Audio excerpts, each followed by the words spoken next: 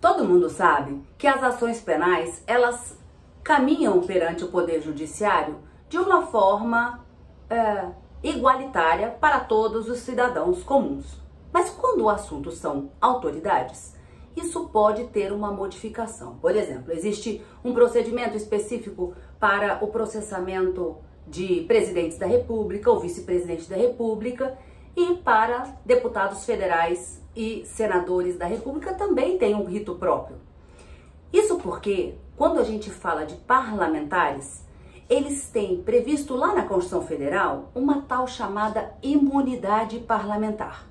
Essa imunidade pode ser de dois tipos, material e formal.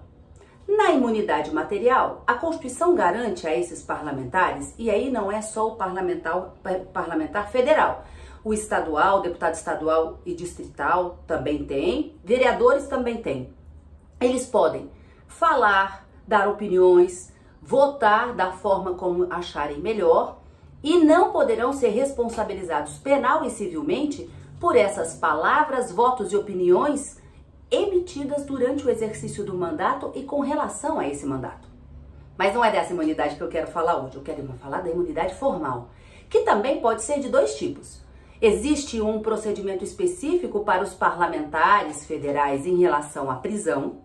Eles somente podem ser presos em caso de flagrante de crime inafiançável. E tem também uma tramitação especial das ações penais contra eles lá no Supremo Tribunal Federal. Muito bem. O que diz a Constituição sobre essa imunidade parlamentar, formal, processual envolvendo as ações penais? Que é o que nos interessa hoje para falar de Alexandre Ramagem. A Constituição Federal foi alterada em 2001 pela Emenda Constitucional número 35 para mudar a forma de recebimento da denúncia lá pelo Supremo quando são denunciados pelo Procurador-Geral da República deputados federais ou senadores da República. Antes de 2001, portanto antes da modificação da emenda, o Supremo precisava de autorização da Casa Legislativa respectiva daquele denunciado.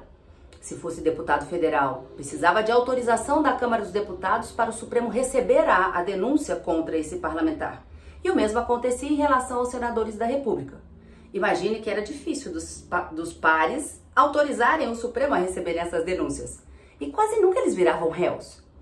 Depois de 2001, com essa emenda constitucional, o Supremo não precisa mais de autorização para receber a denúncia. Recebe a denúncia, inicia a ação penal e imediatamente comunica à Casa Legislativa respectiva do andamento da ação contra o parlamentar.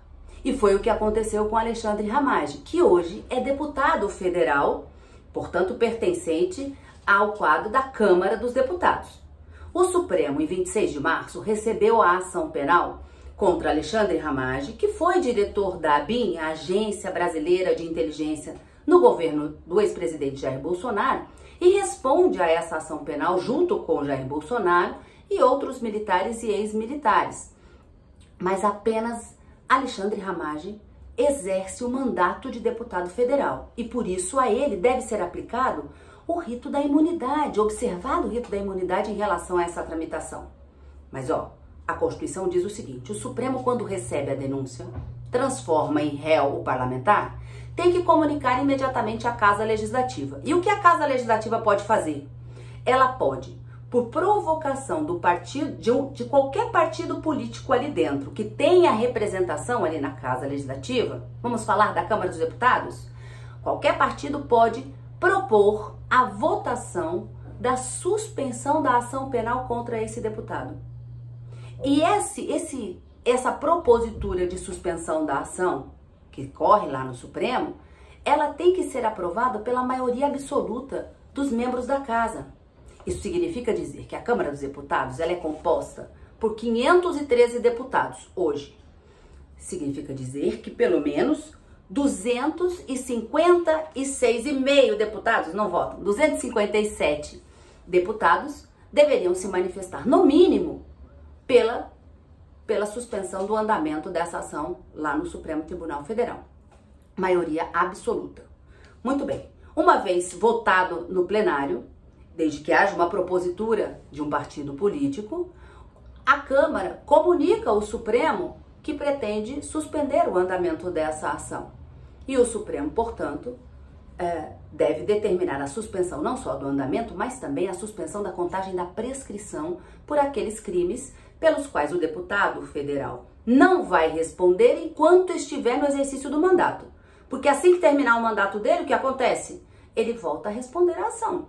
E se ele for reeleito, aí há uma nova deliberação. Veja, dentro dessa imunidade formal processual, Alexandre Ramagem foi beneficiado com esse encaminhamento feito pela Câmara para que houvesse a suspensão do andamento da ação penal lá no Supremo contra ele, mas também havia rumores, ou existem rumores, de que os co-réus, incluindo Jair Bolsonaro, querem ser beneficiados também por essa benesse dada à Câmara dos Deputados. Mas veja, o julgamento dessa questão de ordem foi levantado pelo ministro Alexandre de Moraes para um julgamento extraordinário no plenário virtual da primeira turma. Por quê?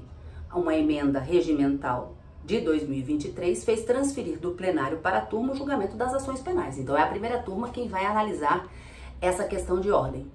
E está em andamento essa análise da sexta-feira, do dia 9 de maio até o dia 13 de maio, terça-feira, às 11 da manhã, os ministros vão deliberar sobre quais crimes deverá ser suspensa essa ação penal contra Alexandre Ramagem. E nós já temos votos proferidos no plenário virtual de 3 ministros. Portanto, nós já temos uma maioria formada lá no sentido de que essa imunidade ela é garantida para o deputado federal ou para o senador a partir de um determinado momento. Qual é? A diplomação.